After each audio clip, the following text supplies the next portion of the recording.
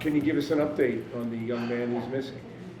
The best update we have right now is everything is still in play. So we're still conducting an ongoing investigation for the disappearance of Najib Monsif. We continue to get tips, we continue to get leads that we can follow up on, but nothing has materialized yet as far as a positive sighting of him yet. So we're still working on that. We're going through some of his electronic media. He has some Facebook and Twitter and things like that that we're searching through.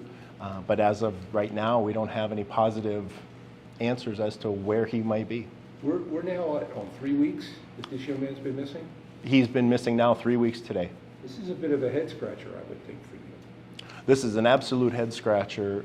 The best we have, he is 20 years old. He goes back and forth between mom and dad's house, 3 days a week, 4 days a week kind of situation. The family is very cooperative. The mom and dad are friendly, so there's no animosity between the two of them. And so really, what we have are a few of his statements that he had made. He had told his mother that he was never going to see her again, or he was going to be gone. He told his brother, who he games with, that he was never going to see him again. And then the following morning, he's missing, and literally without a trace. What do you surmise from something like that, coming from basically the mind of an 8-year-old? We're looking at this investigation as for example, I don't believe that someone came to the house or somebody broke into the house and abducted him per se, but I do believe that he's been receiving some sort of help, or someone else is influencing him. He doesn't have the ability to take care of himself, to fend for himself, physically, probably even to get really far out of that neighborhood without some assistance from somebody. His father had told us he thinks he's been kidnapped. Is there any indication of that? There's no direct evidence that there's been a kidnapping. What we do is, that's sort of a conclusion by exclusion of other things. Again, we're saying, I don't believe somebody came over and took him. I think he has a little bit of free will as to leaving the house or how he's going to go on his own. But again, we just don't believe collectively that he has the ability to get out of the neighborhood to take care of himself. So in that regard, we can say that we can work it as if it's a kidnapping, because we're looking for somebody who's aiding him. And that could be either with bad intent or somebody with good intent. So for example, if he would wave somebody down and say, please help me, I'm having trouble at home, or I don't like being at home, someone, quite frankly, a good Samaritan could pick him up and say, where do you want to go? And take him somewhere, not knowing that he's a missing, endangered person. Okay, a couple of questions that I wanted to clear up, and it's based on some of the reporting that we've done at 15. Okay. And one of the things that was brought out in one of our reports was that I guess you had dogs out looking for him, and you lost his scent, or you picked up his scent at an Albertsons, and then it disappeared.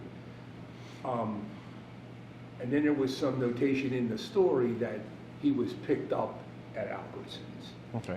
So what can you tell me about the relationship of a grocery store the night this young man, or the early morning hours this young man was disappeared? Right. The Albertsons is at the corner of Frank Lloyd Wright and Via Linda. It's about maybe 3/4 of a mile from his home. So Juby lives in a residential area north of that location. And so when we first received the call that he was missing, we deployed several resources, uniformed officers, we had helicopters, we had bike units, we had a bunch of different people. Included in that was some canine handlers that we brought in, more or less tracking dogs, to see if they could follow some sort of scent.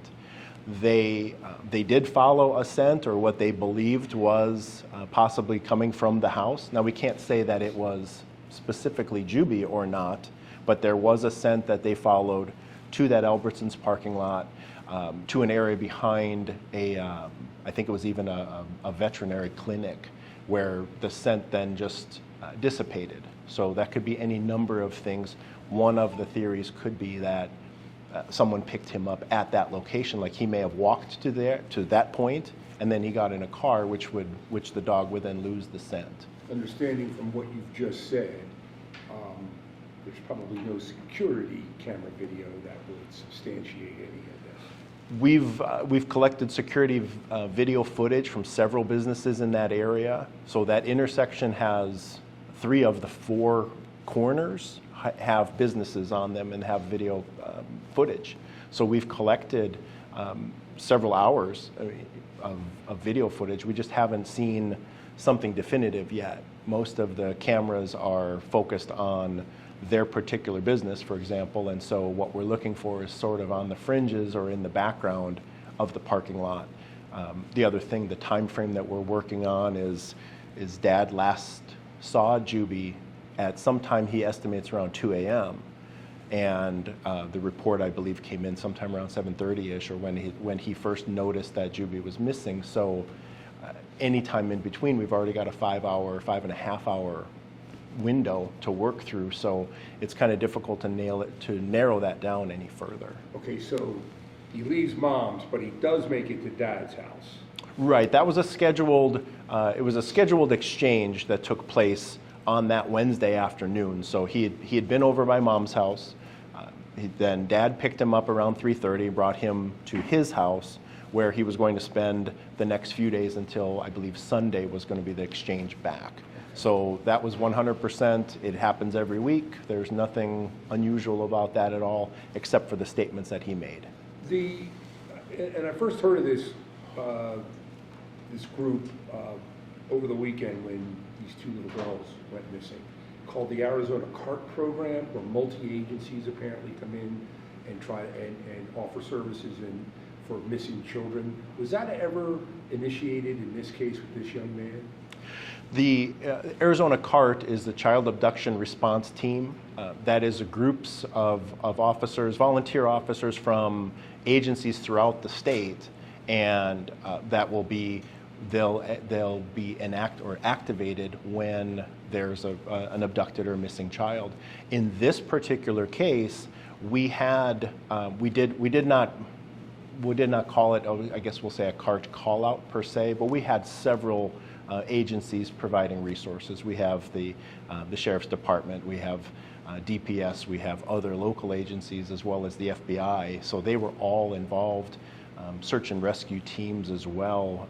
So we had a good number of resources that we saturated that neighborhood. So it wasn't an official CART call out, but it certainly was a well-attended response. And you're talking about these agencies were brought in pretty quickly.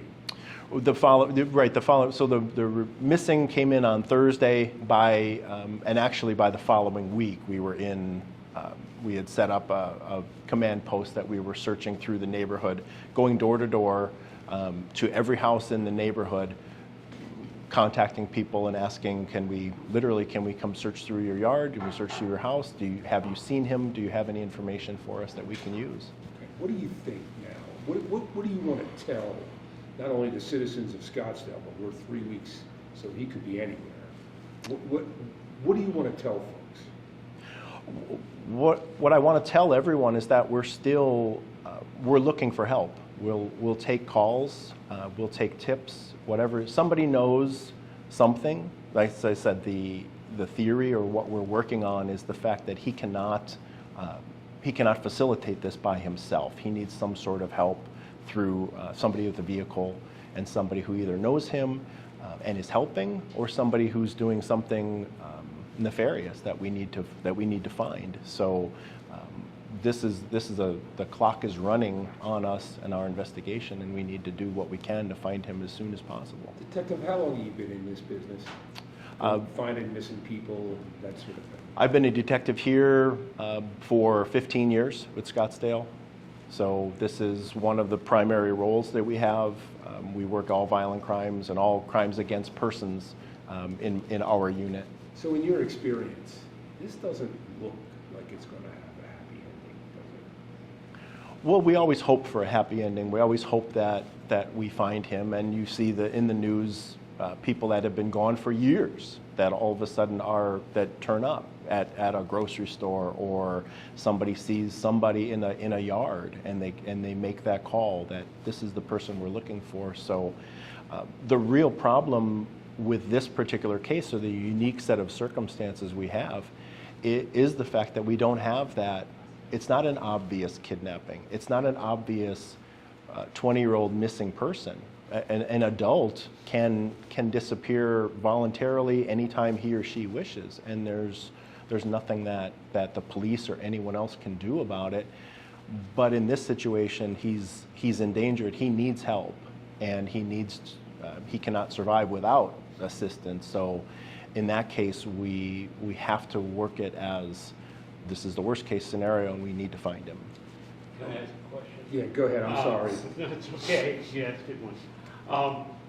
You had mentioned earlier that he had communicated through digital devices like gaming and whatnot. Has he been quiet ever since he missed? Like he's not using that stuff? Right. So Juby regularly plays online games, mostly with his brother George, who's a student down at University of Arizona. And that did occur on the Wednesday prior to his disappearance, where he had spoke with George and told him that he wasn't going to see him again. We've reviewed his online presence and his gaming, and we've sent subpoenas off to Sony. We're still waiting for that response. But what I can say is it doesn't look like he's been logged in since then. We have his gaming system. We're able to kind of look at some of the history, and it doesn't look like he's been, first off, it doesn't look like he really communicated with very many people prior to that, and there has been no activity since that we can determine. And again, his family, when he started telling his mom and his brother that you're not going to see me again, did they ask, what are you talking about? They were concerned when he made those statements, and they questioned him. Both his mother and his brother had asked, "What do you mean by that? That doesn't make any sense." And then he quickly changed the topic. So he had said it. He makes odd statements per the family, kind of, but nothing to this degree. And so, like I said, they challenged it, and then he just changed the topic. So they didn't really give it much of a second thought until the following Thursday morning. Okay. Do you have any feelings or gut feelings that he may still be in the Scottsdale area or even the Valley? I think our belief is that he's nearby, that someone's close, and it could very well be that a friend, thinking they're doing a favor, has him at their house, and if that's the case, I'm hoping that it's real close and it's in Scottsdale. There's no indication that he had the contact with anyone outside of the state. I guess we're good. No, can I go ahead? No. I was going to say, can you say and spell your name for me? Sure. It's Detective John Heinzelman, and the spelling is Heinzelman.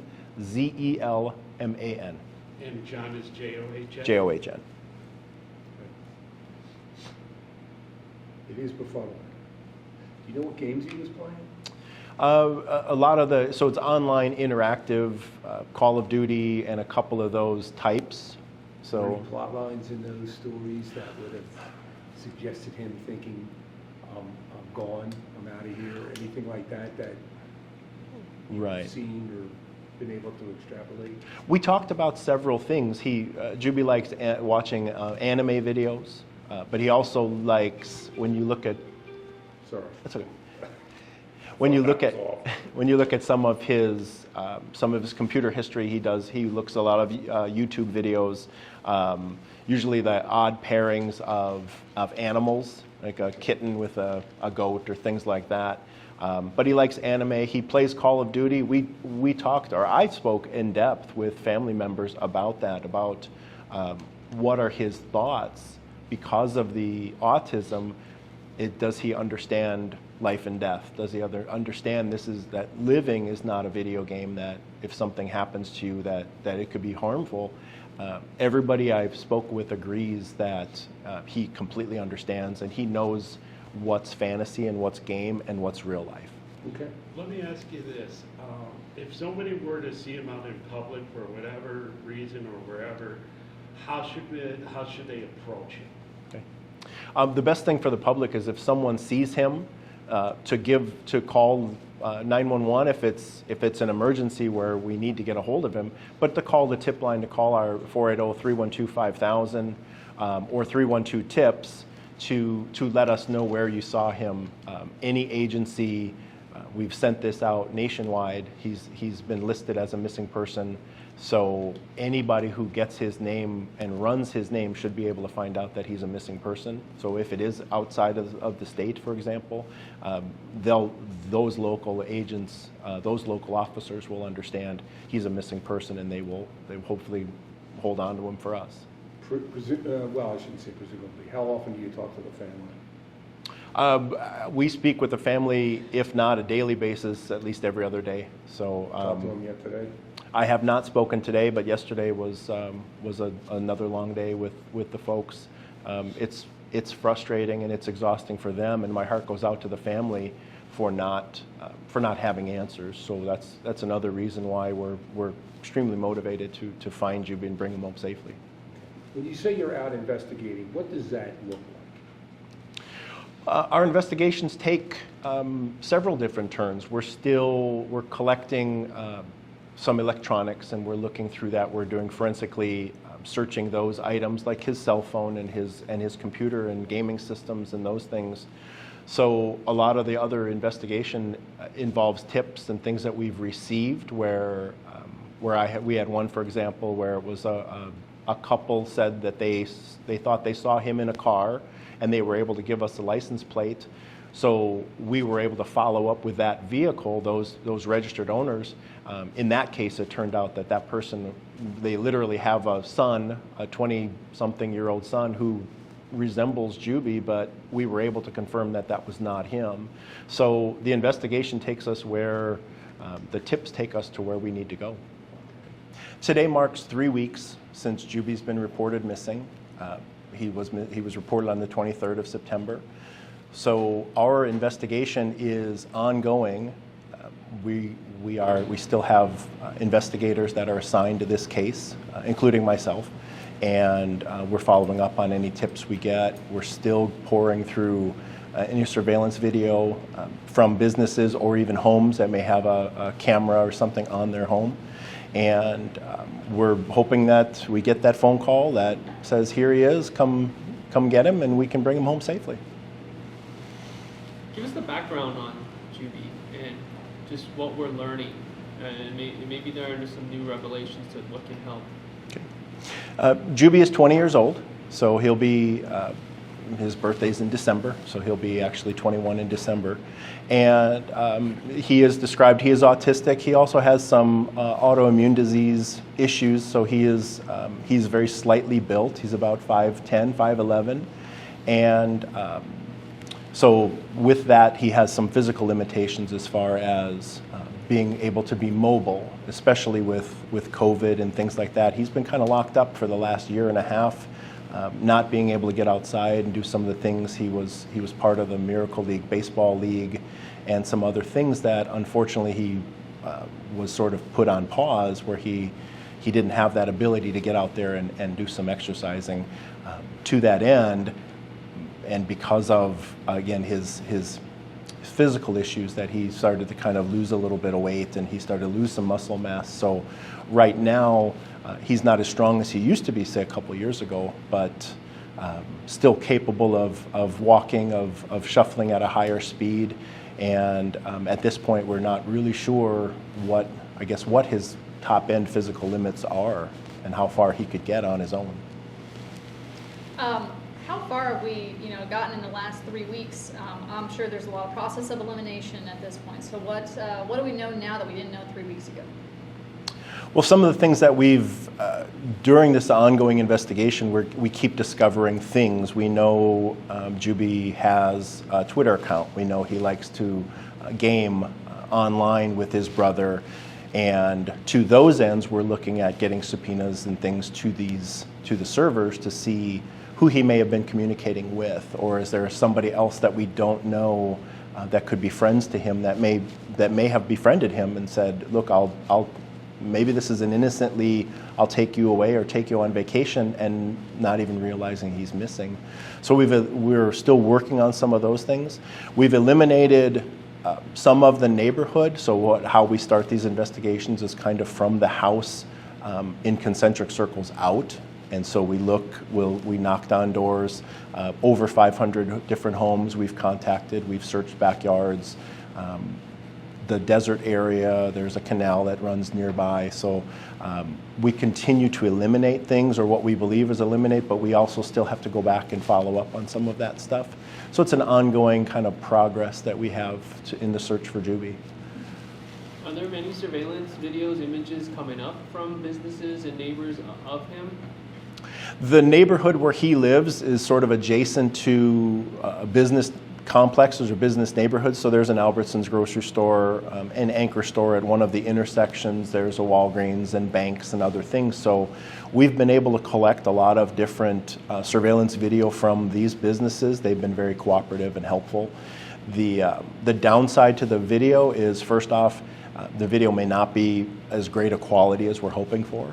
So, and then the second thing is that the focus of the camera sometimes, most of the time, is on the business itself, not necessarily on the outliers. So the Walgreens video, for example, may show their parking lot and their front doors very well, but somebody walking on the sidewalk adjacent or even across the street, it becomes more of a shadowy figure, so we lose a little bit of definition in those things. But we're still looking. Other homes that have cameras and doorbells and such that have video, we've knocked and we've collected from some other homes. Unfortunately, we haven't had one good positive sighting or one thing to say, here he is at this point in the night. We have to go with what we have. Is at a time frame sometime between 2 a.m. and 7:30 is where he was missing. So no surveillance video, just yet, no images of any leads, I guess, so to speak. No, we haven't found any images of Juby that we could confirm to say it was him yet. We're still pouring through hours of video, but it's a painstaking process. We're hoping to come up with something. I can't imagine. Have you guys gotten any tips from people? Any sort of leads that you can go off of through tips? We've received hundreds of different tips, mostly in Arizona, but as far away as the East Coast and even internationally, where somebody says they saw him or somebody gives us some advice as far as what to look for. A lot of help from the autistic community to say, pay particular attention to things like bodies of water and things like that, where someone with autism may be attracted to. So we've kept that in our minds. We follow up on every tip we get. Unfortunately, at this point, we have not received any tip that we can verify to say this person that was reported being seen was Juby. From what we know, he didn't go out a lot, like especially living in a pandemic, and knowing that he played video games, was on social media. Are there signs to say maybe he was lured, and is this a possible abduction now? It's always a possibility, and it's one of our concerns, is that someone contacted him either through his Twitter or online or some other way, and lured him away. And that's a strong possibility that we keep open. We have no evidence to suggest that yet, but it's still one of the theories that we have to work on, is the fact that this could be somebody who lured him out of the house, and we need to find that person too. Do you primarily work on missing person cases? My unit is a person's crimes, kind of violent crimes, so we work everything from homicide to aggravated assaults and missing persons. The building that we have also does the domestic violence and all the sex offenses. When it comes to a case like this, you kind of already alluded to it, that Juby has autism. So what sort of things do you look for different than a different kind of missing persons case? This is a unique missing person case because although when we hear about Juby, he's 20 years old, and the description has been made where he acts like an 8-year-old or things like that, but that's not really, that's not 100% accurate because he is a 20-year-old with autism. He's been around for 20 years. He's seen things. He can communicate, and he can have what I will say is a will of his own. So he can choose to do these things. So for example, if he decided that I want to leave, nobody was stopping him. Again, he's a full-grown adult. He walked out the door and he just disappeared.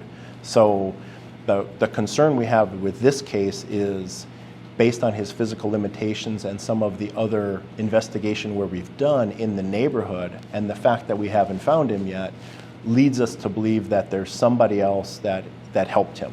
Now, that could be for a Good Samaritan cause or for some sort of evil intent. That we don't know. So, but we do believe that he must have received some help from somebody to get himself out of the neighborhood. Can you tell us a little more about the search, how far it spans in the neighborhood as far as miles and what resources are used, possibly like drones, I don't know, any type of technology that's used for this? Sure. The neighborhood where Juby lives, or where Juby's father lives, is actually a little unique. It's sort of a wedge. It's a residential area, but it's adjacent to the business intersection of Frank Lloyd Wright and Via Linda. And on the north side of their house, there's the canal, and then there's the open desert and Scottsdale Mountains. So that gives us sort of a natural barrier to focus our efforts in the other directions. So in that wedge, we've knocked on every door in that neighborhood, and I believe it's over somewhere close to 700 or more houses and apartments. And of that, I believe we've contacted people in well over 500 of them to search and to look for that. So again, as I said before, when we start out close to the house and we work our way out, we worked in every direction. So that was one of the things we did have early on, and even we continued to have helicopters, drones. We had search and rescue crews that were on horseback and on ATVs. We had search dogs, so we had scent dogs. We also had specifically trained cadaver dogs, quite frankly, to say, well, we need to search this area of the desert to see if there's anybody, if someone is out here, if he's out here. So there's been a lot of effort, a lot of different groups that were used to investigate this disappearance. It's just, unfortunately, we haven't had any luck yet in finding him. Did he ever make any statements to his family or anything that he wanted to leave? He spoke with his mom, so he trades off back and forth, 3 days with mom, 4 days with dad, and that's been going on for years. And the week of his disappearance was normal like anything else, with the one exception. He did say something to his mother that he wouldn't see her again, and this was the night before the exchange took place. When she questioned him on it, he changed the topic, and he said it didn't mean much, and that was kind of the end of it. So she put that sort of in the back of her mind, but that was as much as she really could do. So in addition, then, he was gaming that evening with his brother George, who's a student down at the University of Arizona, and he mentioned something to George similar to "I won't see you again" or something like that. George questioned him on it as well, and again, he just changed the topic. So there's a hint or a thread that thinks that he was planning on leaving. He knew he was going to go somewhere, we don't know, and that he, in fact, walked away. We don't have any evidence to suggest that somebody came to the house and necessarily took him. But again, if we're on the theory that he decided at some point, I'm going to walk away, then where did he go? What happened next? Did someone randomly just happen upon him, or did he have something coordinated with someone that was going to pick him up? Well, reflecting on that, it's very concerning and mysterious that he would say that to two family members and then vanish. Right. The statement is concerning. He's made other statements to the family, not as directly as this one, where he said, "I won't see you again," but he has made some other statements where they kind of looked at it and they took it more or less with a grain of salt and said, we'll just see what happens. And there's never been an issue prior to this. What kind of information do you really feel is top priority right now for people? 3 weeks going, who knows how long this could be. Every day, time is of the essence. What do you really want from the public? What we're hoping for is not only tips, but those credible tips. The people who know him, who know somebody out there. I'm convinced that somebody knows where he is right now, that someone helped him or someone facilitated his disappearance. And it's that kind of stuff that we're looking for. It's great to hear somebody call in and say, I saw a guy at a bus stop in Phoenix, for example, but the hope that we're looking for is to get somebody who's a friend or an acquaintance of the family who knows knows his whereabouts, or at least who's had contact with him since his disappearance, because that will lead us in a completely new direction, and that will start. Then we can focus our efforts more than just this kind of broad approach, and we can kind of narrow that in the hopes of finding him. Is there anything, working on the theory that someone knows where he's at, is there anything you would want to say to them if they're watching? Well, the biggest thing I want to say is call us, is tell us where he's at, help us out, help the family. Right now it's been 3 weeks, and you can only imagine the strain, first off, that they're going through, but also this, every time the phone rings, is this somebody calling to say, we found him and unfortunately something terrible happened, or we found him and congratulations, he's on his way back. So to live like that for 3 weeks with no end in sight is, I can't imagine what torment they're going through right now.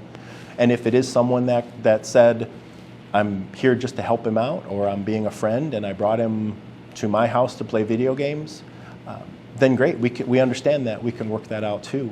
But bring him home, call us and let us know so we can get him, so at least we can tell the parents he's home and he's safe. I don't know if I've asked you this before. I'm not sure if you have kids or adult kids, but can you imagine how much are you thinking about this case as the weeks, the days go on? I can't distance myself from an investigation like this. I have a 20-year-old, and this is something where I would go to the ends of the earth if she were lost, to find her, to do what I needed to do, to find that one piece, that piece of evidence that we're missing. So far, all the family has been incredibly helpful, cooperative, and understanding with quite frankly, the painstaking pace that we have to go because of how many tips and how many leads that we have to follow up on, that I wish I could give them some news quicker. We're doing as best we can, and unfortunately we just don't have that one piece of evidence that we need. What's next? What's the next step in this? What we plan on doing now is just continue where we're at. Again, we're still in the process of getting some information back from from the gaming system and some other Twitter and some other things to see if there's some communication. We're following up on every tip that comes in, and we're reaching out. We have an active investigation with the FBI where they're helping us, and we're taking some guidance and some advice. It's just a matter of it's that painstaking police work that we still have to do. We still have to call people. We still have to follow up on everything we have, trying to find any theory that might be that missing piece that we need. Anything else on that? And you can respond to Okay. Kim and Jason. What worries you most about a case like this? I think the thing that worries me most about this is to not having a resolution, to not finding out. Our jobs as investigators are to what I'll refer to as putting the puzzle pieces together so that we can have a full picture, as full a picture as we can imagine as to what happened in every investigation we work. And in this piece, and in this particular case, it's difficult because we just don't have, there's that one thing that's missing. Why did he, if he chose to leave that morning, why did he choose to leave? and what happened next. If it were straightforward missing child, we would have that understanding of what we're looking at. So in this one, it's a little bit unique with the circumstances we have. With that uniqueness, is it tougher than the one?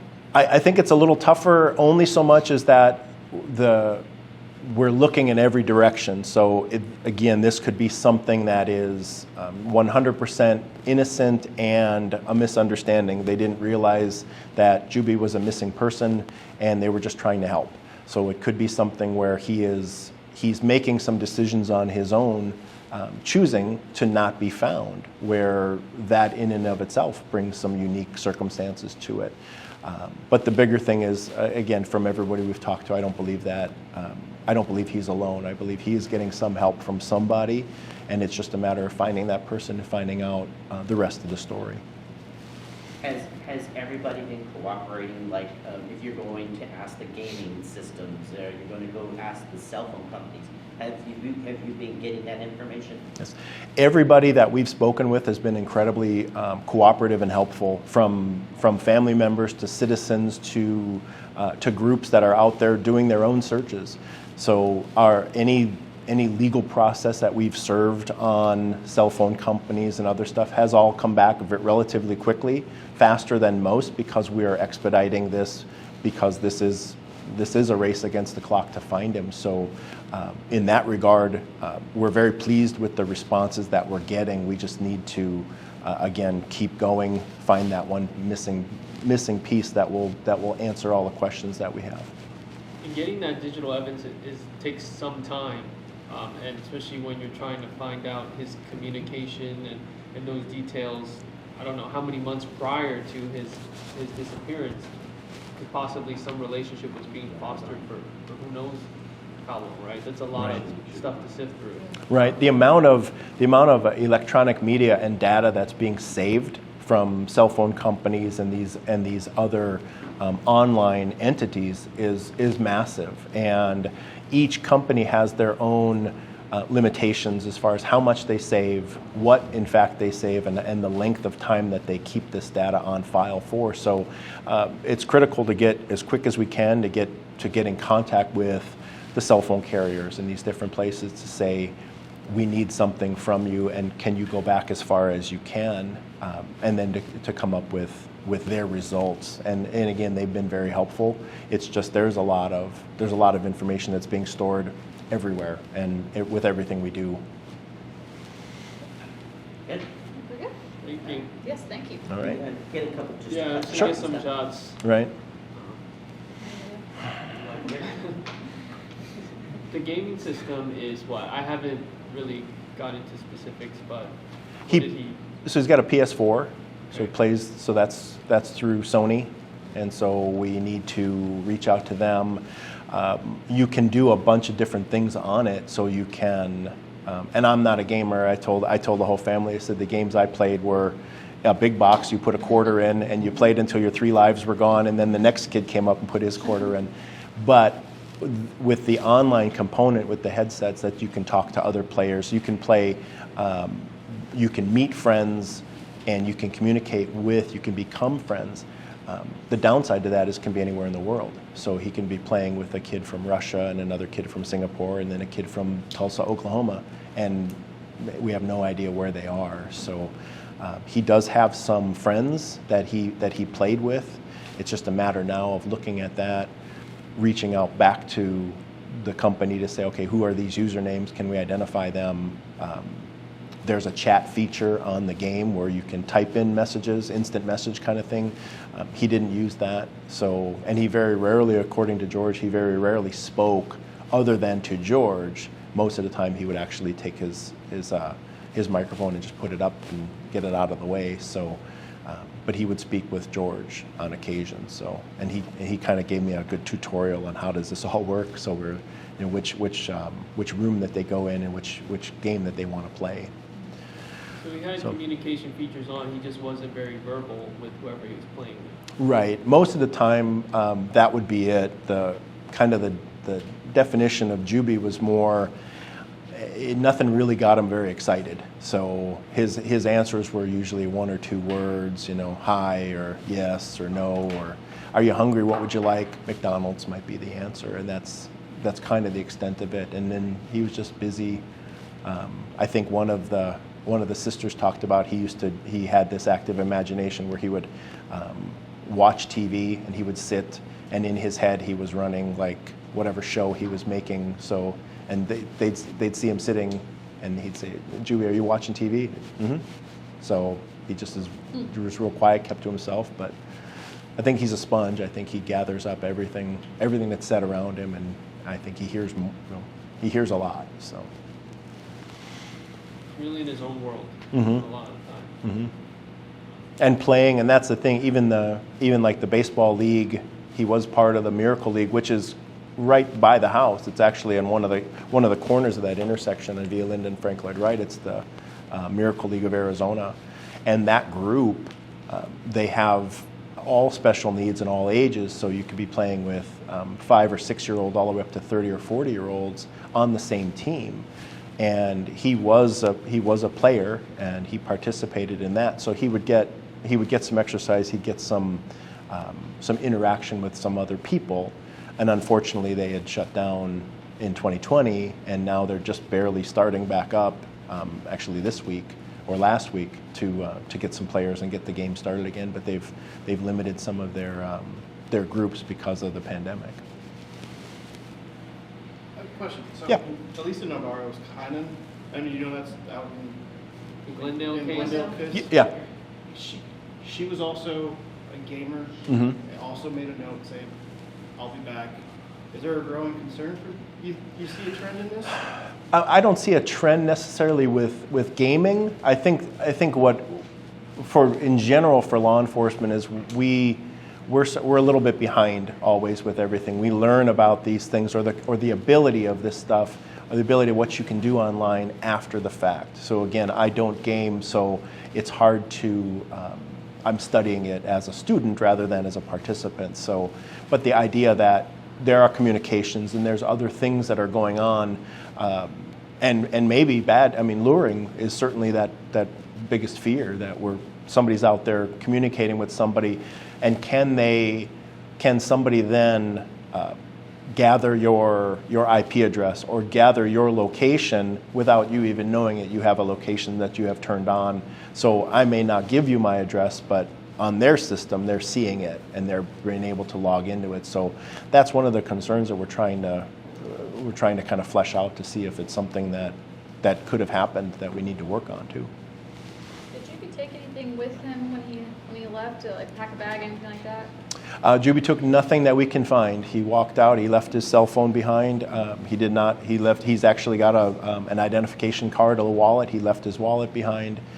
He walked off with a pair of sweatpants and a sweatshirt and literally like a pair of moccasins, not even with a heavy sole on them that he could walk, sort of more of like just a leather wrapped sole for inside, like slippers.